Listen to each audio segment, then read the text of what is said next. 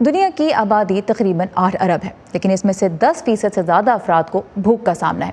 اگرچہ اس وقت کسانوں سے لے کے کارخانوں تک اتنی خوراک تیار کی جا رہی ہے کہ کرۂ ارض پر موجود ہر شخص کا پیٹ بھرا جا سکے، پھر بھی یہ سال بھوک کے مسئلے کے حوالے سے پریشان کن قرار دیا جا رہا ہے۔ خوراک کی پیداوار بڑھانے کے لیے دباؤ بڑھ رہا ہے، کیونکہ سن 2050 تک دنیا کی آبادی مزید 2 ارب بڑھ سکتی ہے۔ ٹیکنالوجی اور نت نئے طریقوں کی مدد سے پچھلی 2 دہائیوں کے دوران اقوام متحدہ کے مطابق دنیا بھر میں بھوک کے شکار افراد کی تعداد میں تقریباً 50% تک کمی آئی، جو کہ بہت بڑی کامیابی ہے۔ لیکن اب ہم دیکھ رہے ہیں کہ کچھ سالوں سے دنیا پیچھے کی طرف جا رہی ہے۔ تو اعداد و شمار کیا تصویر پیش کرتے ہیں بھوک کے مسئلے کی؟ اس بارے میں کچھ معلومات لے کے آئی ہیں ہمارے ساتھ اسٹوڈیو میں ارم عباسی۔ ارم، مسئلہ اگر خوراک کی کمی کا نہیں ہے تو پھر کیا ہے؟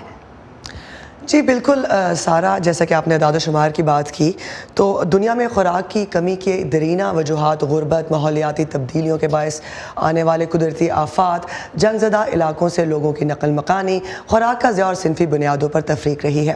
یہ ایسی اہم وجوہات ہیں جن کے باعث آج ماضی کی نسبت زیادہ لوگ بھوک کا شکار ہیں۔ لیکن پھر کرونا وائرس کی وبا نے پوری دنیا کو اپنی لپیٹ میں لے کر خوراک تک رسائی کو مزید مشکل بنا دیا ہے۔ اقوام متحدہ کے خوراک کے عالمی ادارے کے مطابق اس وقت دنیا کے 93 ممالک میں 95 کروڑ 70 لاکھ افراد کے پاس کھانے کے لیے کافی خوراک نہیں ہے۔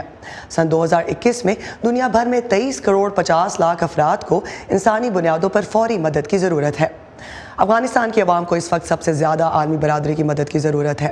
کئی دہائیوں سے جاری جنگ، طالبان کے قبضے کے بعد ملک میں پھیلی بے یقینی اور موسم سرما کی شدت کے باعث اقوام متحدہ کے ایک اندازے کے مطابق 1 کروڑ 84 لاکھ افغان شہریوں کو انسانی ہمدردی کی بنیاد پر فوری مدد چاہیے، جبکہ اس سال 1 کروڑ 69 لاکھ شہریوں کو ہنگامی بنیاد پر خوراک پہنچانے کی ضرورت ہوگی۔ یعنی اس صورتحال میں 42% آبادی غذائی قلت کا شکار یا خوراک سے محروم ہو سکتی ہے۔ اگر پاکستان کی بات کریں تو 2019 میں خشک سالی جیسی صورتحال، موسم سرد میں مغربی علاقوں میں ونٹر ایمرجنسی، پھر کووڈ کی وجہ سے پہنچنے والے معاشی نقصان نے عوام، خصوصاً غریب عوام کی خوراک تک رسائی کو مزید مشکل بنا دیا ہے۔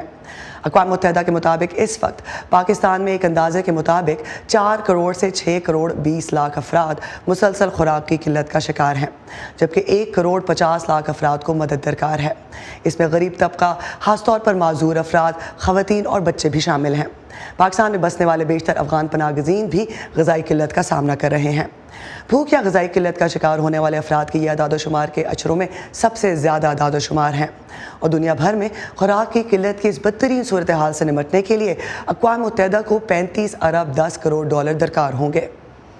بہت بڑا مسئلہ ہے، لاکھوں میں نہیں بلکہ کروڑوں میں بات ہو رہی ہے۔ ارم عباسی، بہت شکریہ اس تفصیل کے لیے۔